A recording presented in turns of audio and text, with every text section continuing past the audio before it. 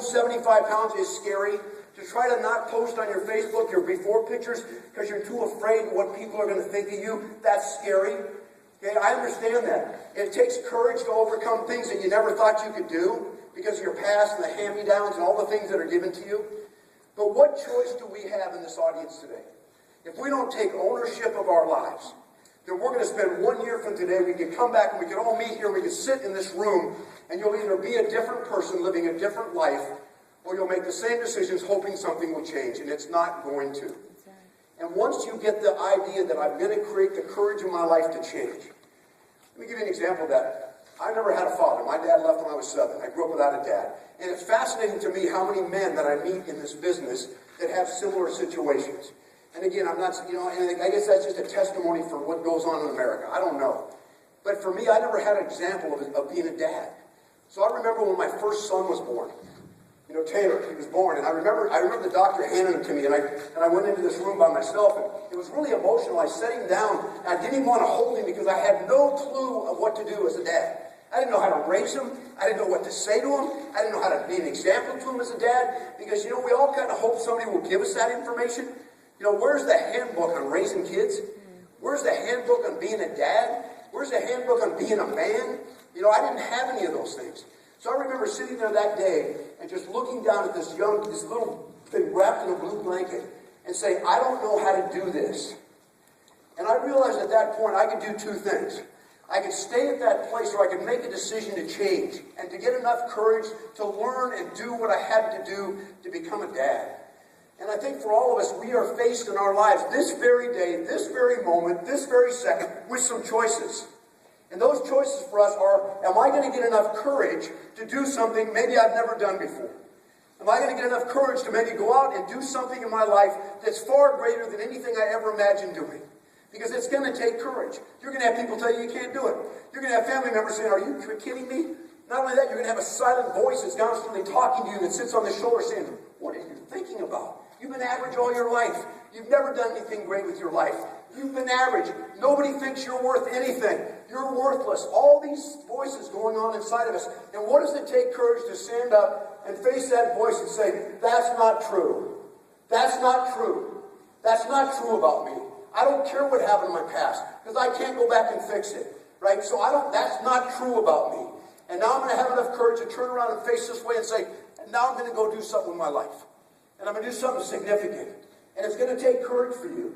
What's the why of this business? I can think, so I've been working almost 2 years with Beachbody, starting out with Christine and those guys, and I travel around the country.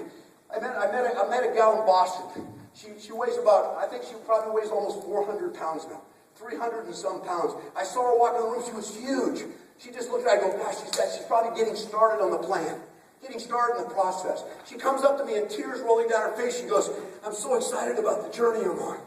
And I sat there and I just looked at her, and her eyes and her face just lit up. She goes, I've lost 200 pounds. 200 pounds, you guys. That's a why. That's a why for me, building this business. That's a why for you. I meet a woman in Las Vegas, Nevada, 42 years old, comes up to me after the meeting, just said, I was there speaking for Pete Pena. Sticks out her hand and says, I just wanted to meet you. And I looked her in the eye and I just thought, this woman's incredible. I talked to her for 10 minutes and there was something about her. And you know what? I just said, you know what? I don't even know you. But I'm going to tell you something. I believe you can be different. I believe your life can change. And I don't know why I'm telling you this, except I really do believe it. But it's going to take a lot of courage. And the next day on my Facebook, this woman wrote me a message and it said, Craig, I'm 42 years old and no one in my life has ever said, I believe in you. That's a why. You wonder why you're out building this business? Those are whys. I meet men that grew up with no dads, that are performance-oriented, and all they can think about is, how can I just take advantage of people? How can I go out and get this thing done? And I'm on the phone with one a week and a half ago on this call, and this guy breaks down the phone crying, telling me in his whole life he's never felt worthy of anything, and because of this business and a relationship with a guy named Bob Lucido, his whole life has changed. That's a why. See, those are things you can't put money on. You can't put, those are priceless. It's like the commercial on TV where they show you all the cool stuff and they go, it's priceless. Those are priceless. What are the whys in our lives?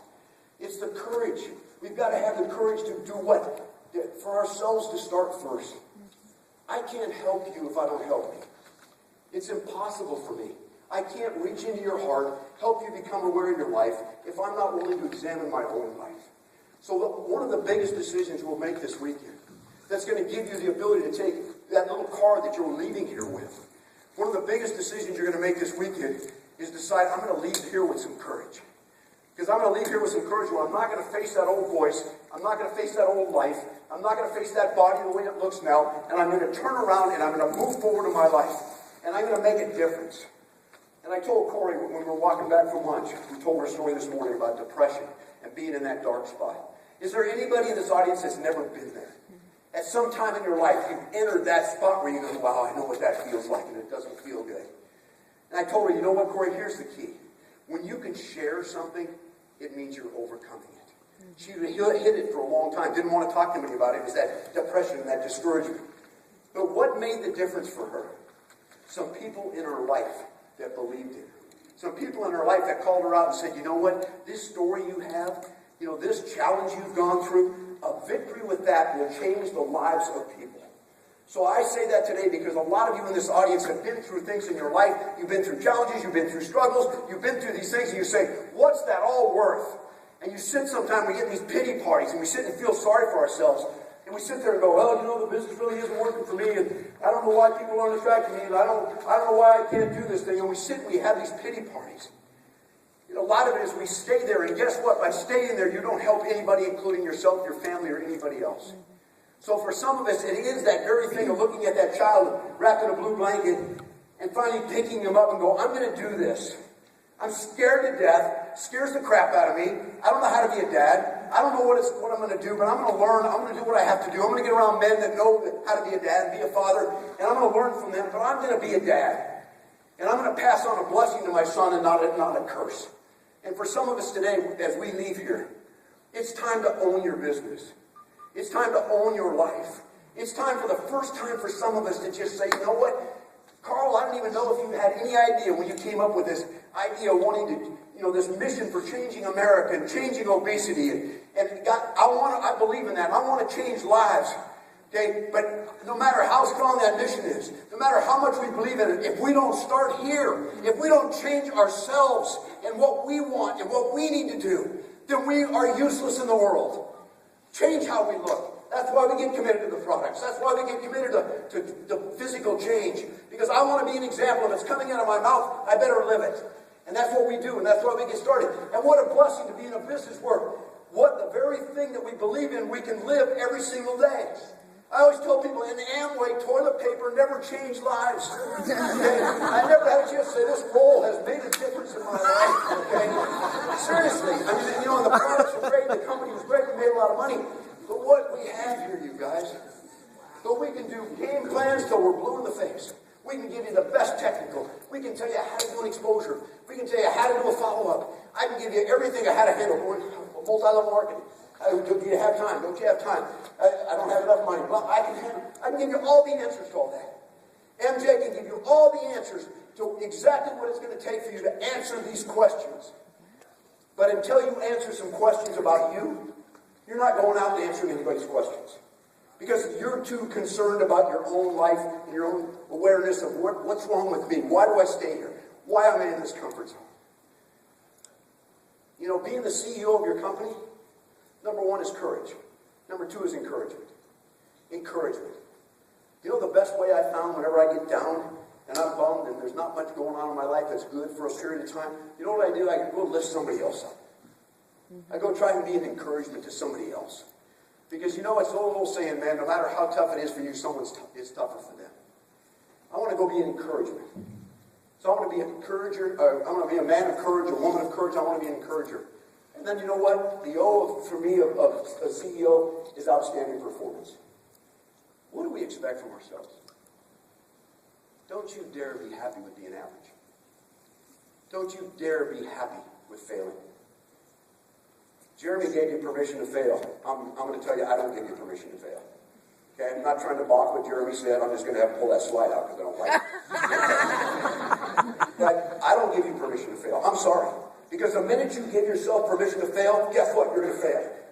That's why I say put dates on your goals. When are you going to get there? Well, someday. No, someday's today. When are you going to get there? Because if you're a winner and you're making some choices and you're deciding to have courage in your life, then put a date on when you're going to be somewhere. You know, if you're going to be, what's your date? Where are you going to be by Summit this year? Put it down on paper and then refuse to not get there. Refuse to not get there. And what's it going to take? Courage. It's going to take encouraging others. It's going to take deciding to live an outstanding life and quit living average. So it's a decision for us. So what's the game plan about? The game plan is about you making a decision in your life to get blessed and help. And I look at Christine and John and their life and the blessings that they have right now. And I know they know that. But they've worked hard for it, you guys. It takes courage to work this business. All of you are busy. You have children. You have jobs. You're exhausted a lot of the time. You know, you're tired. But you know what? One of the things I found, when you, again, going back to that dream, when you know what that purpose is, when you see an obese person, it disgusts you. You want to cry. You want to throw up. You want to be so sad because you're just so hurt for that person. And those of you in here who've been obese, I have. It's not what you're eating, it's what's eating you. And a lot of the sickness in America comes from obesity, and it's not just that, it's mental hospitals because of the sadness of people's lives. We have an answer. And if you've ever been at that size or at that place, you wonder, what's my why? Are you kidding me?